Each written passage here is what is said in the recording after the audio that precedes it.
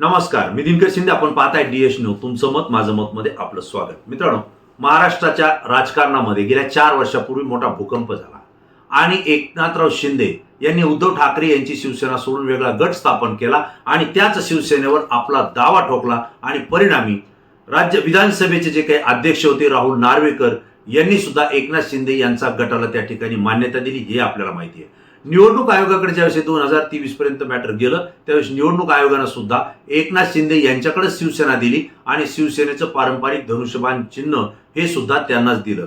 त्यानंतर उद्धव ठाकरे यांनी आपल्या पक्षाचं नाव बदललं आणि उद्धव बाळासाहेब ठाकरे शिवसेना म्हणजेच उभाटा हा पक्ष नव्याने स्थापन करून त्याची मशाल हे चिन्ह घेतले.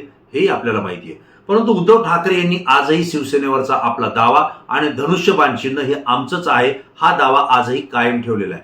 याच्या विरोधात त्यांनी सुप्रीम कोर्टामध्ये आवाज उठवलेला आहे आणि सर्वोच्च न्यायालयानं आता या प्रकरणावर सुनावणी करायला सुरुवात केलेली आहे. ज्यावेळी शिवसेना कोणाची, मग ती उद्धव ठाकरेंची आहे की एकनाथ शिंदेची आहे, हा निर्णय आता होतोय. त्यासोबतच धनुष्यबाण चिन्ह उद्धव ठाकरेंना मिळणार की एकनाथ शिंदेना मिळणार यावरती सुद्धा सुप्रीम कोर्ट निकाल देणार आहे. या निकालाकडे संपूर्ण महाराष्ट्राचं लक्ष लागलेलं आहे. हा निकाल महाराष्ट्राच्या राजकारणामध्येच नव्हे तर देशाच्या राजकारणामध्ये वेगळी दिशा घेऊ शकतो आणि दिशा बदलू शकतो अशी स्थिती आज आहे. प्रकरण काय आहे तर 2022ला एकनाथ शिंदे यांनी 40 आमदारांसह उद्धव ठाकरे यांना सोडून गुवाहाटी गाठली आणि त्यानंतर पुन्हा महाराष्ट्रात येऊन शिवसेनेवर दावा ठोकत भारतीय जनता पार्टी सोबत एकत्र येऊन या ठिकाणी सत्ता स्थापन केली. दोन्ही गट शिवसेना आमचीच आहे आणि धनुष्यबाणही आमचाच आहे असं सांगत होते. उद्धव ठाकरे यांनी सांगितलं होतं की हा गट आमच्यातून फुटून गेलेला, यांची आमदारकी रद्द करा, यांना बाद करा.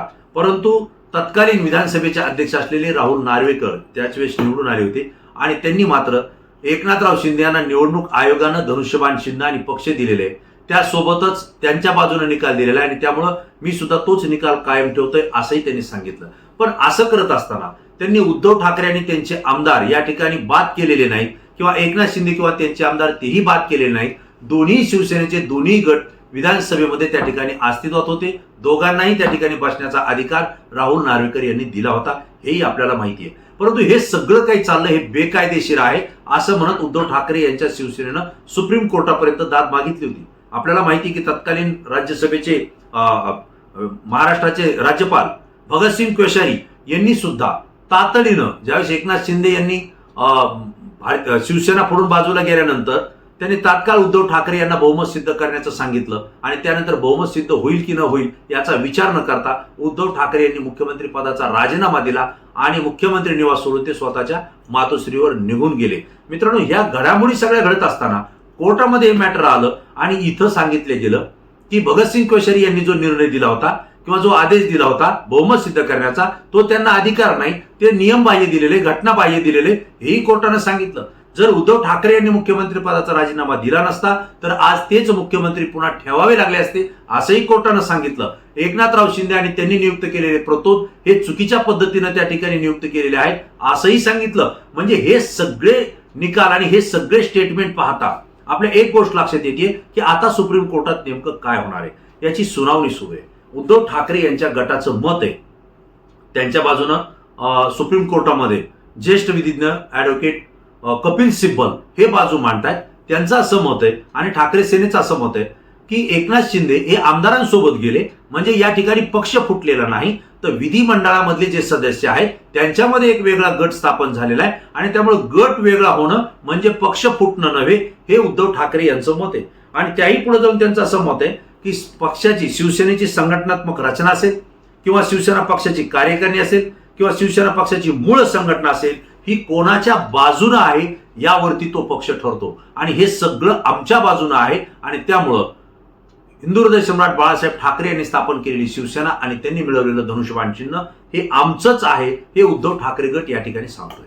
दुसरीकडे मात्र एकनाथराव शिंदे यांच्या गटाकडून असं म्हणलं जात आहे की 2023ला निवडणूक आयोगाने निर्णय घेतलेला आहे, शिवसेनाही आम्हाला दिलेली आहे, धनुष्यबाणही आम्हाला दिलेले आहे आणि त्यामुळे मूळ शिवसेना ही आमचीच आहे आणि त्यामुळं या पुढचा सुद्धा निकाल आमच्याच बाजूने येईल असंही त्यांचं मत आहे. त्यासोबत विधानसभेचे अध्यक्ष राहुल नार्वेकर यांनी सुद्धा घेतलेला निर्णय तोही आमच्याच बाजूने असंही ते सांगतायत. आणि त्यामुळं आज कपिल सिब्बल हे सुप्रीम कोर्टामध्ये उद्धव ठाकरे यांची बाजू त्या ठिकाणी लावून धरतायत. अत्यंत मुद्देसूदपणे त्या ठिकाणी त्यांनी आपली बाजू लावून धरलेली आहे. त्यांच्या बोलण्यातून आणि त्यांनी मांडलेल्या मुद्द्यातून ही शिवसेना उद्धव ठाकरे यांच्याकडे जाईल आणि धनुष्यबाण सुद्धा त्यांनाच चिन्ह मिळेल अशी शक्यता निर्माण झालेली आहे, असं या ठिकाणी राजकीय विश्लेषक सांगतायत. अद्याप त्याचा निकाल आलेला नाहीये किंवा अद्याप एकनाथराव शिंदे यांच्या बाजूचे जे वकील आहेत त्यांनी आपली बाजू मांडायला सुरुवात केलेली नाही.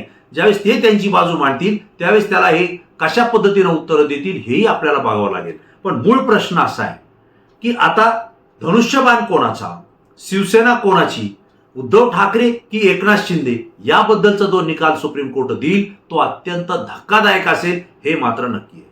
तो धक्कादायक असेल, पण धक्का नेमका कोणाला बसेल? तो उद्धव ठाकरे शिवसेनेला बसेल की एकनाथ शिंदे यांच्या शिवसेनेला बसेल, हाही प्रश्न या ठिकाणी महत्वाचा आहे. जर सुप्रीम कोर्टामध्ये निकाल लागला आणि त्यांनी उद्धव ठाकरे यांच्या ऐवजी एकनाथ शिंदे यांच्याकडे शिवसेना ठेवली आणि त्यांच्याकडे धनुष्यबाण जर कायम ठेवलं तर नेमकं काय परिणाम होईल? तर या ठिकाणी एकनाथराव शिंदे यांची ताकद वाढलेली जाईल. त्यांच्या पक्षाला चिन्ह आणि नाव मिळाल्यामुळं पुन्हा एकदा जे जुने शिवसैनिक उद्धव ठाकरे यांच्या पक्षात राहिलेले आहेत त्यापैकी आणखी काही आमदार, आणखी काही सदस्य, आणखी काही पदाधिकारी एकनाथ शिंदे यांच्या पक्षामध्ये म्हणजेच मूळ शिवसेनेकडे जर सुप्रीम कोर्टानं त्यांच्या बाजूने निकाल दिला तर मी बोलतोय त्या बाजूला जाऊ शकतात आणि त्यानंतर एकनाथराव शिंदे हे ताकदीनं भारतीय जनता पार्टी सोबत पुन्हा युती म्हणून त्या ठिकाणी आपलं काम पाहतील, त्या ठिकाणी मंत्रिपदे आपल्या बाजूने घेतील आणि एकनाथ शिंदेची ताकद वाढलेली असेल. दुसऱ्या बाजूला मात्र उद्धव ठाकरे यांच्या बाजूच्या विरोधात जर निकाल गेला तर त्यांची बाजू या ठिकाणी कमकुवत झालेली असेल. जरी त्यांना उद्धव बाळासाहेब ठाकरे पक्ष मिळाला असला, मशाल जरी मिळाली असली तरी सुद्धा मूळ हिंदू हृदय सम्राट बाळासाहेब ठाकरे यांनी स्थापन केलेली शिवसेना आणि धनुष्यबाण ही कोर्टामधून किंवा न्यायालयामधून एकनाथ शिंदे यांच्या बाजूने जर निकाल लागत असेल तर तो उद्धव ठाकरे यांना मोठा धक्का असू शकतो असं या ठिकाणी मानल्या जात आहे. पण जर हा निकाल फिरला, हा निकाल उलटा झाला आणि एकनाथ शिंदेकडून शिवसेना आणि धनुष्यबाण चिन्ह काढून सुप्रीम कोर्टानं जर ते उद्धव ठाकरे यांना दिलं, मूळ शिवसेना ही उद्धव ठाकरे यांचीच आहे आणि धनुष्यबाणही त्यांचाच आहे असा जर निर्णय दिला तर मात्र महाराष्ट्रामध्ये पुन्हा एकदा मोठा भूकंप येऊ शकतो. कारण उद्धव ठाकरे यांनी उद्धव बाळासाहेब ठाकरे पक्ष स्थापन करून मशाल चिन्ह घेऊन निवडणुका लढलेल्या आहेत. त्यामुळे त्यांचे आमदार जनतेनं निवडून दिलेत कारण मतदारांनी त्यांच्यावरती विश्वास ठेवलाय. त्यामुळे त्यांनी चिन्ह बदललं तरी सुद्धा लोक त्यांच्या बाजूला होते. हे या निकालामध्ये लोकसभा आणि विधानसभेच्या निवडणुकामध्ये आपल्या लक्षात आलेले. त्यांना जर पुन्हा मूळ शिवसेना आणि धनुष्यबाण मिळालं तर त्यांची ताकद डबल वाढेल आणि त्या ठिकाणी मात्र एकनाथ शिंदे यांच्या शिवसेनेला गळती लागेल, त्यांना मोठा धक्का बसेल. कारण त्यांचं जर पक्ष आणि चिन्ह गेलं तर एकनाथ शिंदे यांच्या पक्षाकडे ताकदच राहणार नाही. पुन्हा नवा पक्ष स्थापन करणं, पुन्हा नवीन चिन्ह घेणं, ते मतदारांपर्यंत पोहोचवणं, मतदारांचा विश्वास संपादन करणं एकनाथ शिंदेसाठी एवढी सोपी बाब नाहीये. आणि भारतीय जनता पार्टीला सुद्धा या ठिकाणी मग एकनाथ शिंदेंना आपल्यासोबत ठेवावं की नाही ठेवावं हा निर्णय घेण्यासाठी त्यांच्या बाजूनं पारडं राहणार आहे. ते निर्णय घेऊ शकतील. कारण जर एकनाथ शिंदेकडे शिवसेनाच राहिली नाही, धनुष्यबाणही राहिलं नाही आणि मग त्यांच्याही पक्षाला जर गळती लागत असेल तर मग तो गट किंवा तो पक्ष आपल्यासोबत ठेवायचा कशाला, त्यांना मंत्रिपद द्यायची कशाला, हा प्रश्न सुद्धा भारतीय जनता पार्टी समोर आहे. आणि भारतीय जनता पार्टी दोन्ही निकालाकडे वाट पाहून लक्ष ठेवून आहे की नेमका निकाल कसा लागतोय. पण जर असा निकाल लागला तर उद्धव ठाकरे यांची मात्र ताकद वाढेल. महाराष्ट्रामध्ये पुन्हा एकदा भारतीय जनता पार्टीला टक्कर देणारा आणि विरोधकांची पोकळी भरून काढणारा पक्ष म्हणून उद्धव ठाकरे यांची शिवसेना महाराष्ट्रात पुन्हा एकदा नवी उसळी मारेल आणि त्या ठिकाणी आपली राजकीय ताकद सिद्ध करण्यासाठी पुन्हा एकदा सज्ज असेल असं या ठिकाणी राजकीय विश्लेषक बोलत आहेत. मित्रांनो, प्रश्न केवळ पक्ष आणि चिन्हाचा नाहीये. पक्ष आहे हिंदू हृदय सम्राट बाळासाहेब ठाकरे यांच्या वारशाचा. कारण बाळासाहेब ठाकरे किंवा ठाकरे हे नाव महाराष्ट्राच्या आणि मराठी माणसाशी निगडीत आहे, जुळले गेलेले. हिंदुत्वाचा नारा देऊन आणि गर्व से कहो हम हिंदू है हा देशामध्ये पहिला नारा दिला तो हिंदू हृदय सम्राट बाळासाहेब ठाकरे यांनी. त्यांनी स्थापन केलेला पक्ष माझ्यानंतर माझा मुलगा उद्धव ठाकरे आणि नातू आदित्य ठाकरे यांना पण माझ्याप्रमाणेच तुम्ही सांभाळा असं जे काही आवाहन बाळासाहेब ठाकरे यांनी हयात असताना केलं होतं त्याला शिवसैनिक आजही साथ देत आहेत, बळ देत आहेत, ताकद देत आहेत. तेच वाक्य हिंदू हृदय सम्राट बाळासाहेब ठाकरे यांनी उच्चारल्यामुळे आजही शिवसैनिक हे ठाकरे याच नावाभोवती आपलं वलय ठेवून आहेत. आणि म्हणूनच ठाकरेंकडे पक्ष जरी नसला आणि चिन्ह जरी नसलं तरी त्यांनी आपली राजकीय ताकद, राजकीय अस्तित्व आणि देशापर्यंत मजल मारण्याची हिंमत आणि ताकद आजही कायम ठेवलेली आहे. जर हा पक्ष आणि चिन्ह त्यांना पुन्हा मिळाला तर पुन्हा ते मोठी मजल मारतील, हे मात्र नक्की आहे. त्यामुळं हा प्रश्न ठाकरेंच्या वंशाचा आहे. जर त्यांच्या बाजूने निकाल लागला तर ठाकरे पुन्हा राजकारणामध्ये नव्या उमेदीनं नव्या ताकदीनं कामाला लागतील आणि आदित्य ठाकरे यांना सुद्धा दिवस चांगले येतील असं बोललं जात आहे. परंतु ही शिवसेना जर एकनाथ शिंदे यांच्या बाजूला जर गेली, त्यांच्या बाजूला धनुष्यबाण गेलं तर बाळासाहेब ठाकरे यांचा वारस हे एकनाथ शिंदे ठरतायत. शिवसेना ती ठरते, धनुष्यबाण तोच ठरतोय. आणि ज्यांनी शिवसेना आणि धनुष्यबाण पाहून आजपर्यंत मतदान केलेलं आहे आणि त्याला देव आणि धर्म मानलेले ते शिवसैनिक पुन्हा एकदा एकनाथ शिंदेकडे जाऊ शकतात. त्यावेळेस मात्र उद्धव ठाकरे यांना मोठा धक्का बसू शकतो. एकंदरीत ही सगळी परिस्थिती पाहिली तर आज सुप्रीम कोर्टामध्ये सुप्रीम सुनावणी आहे.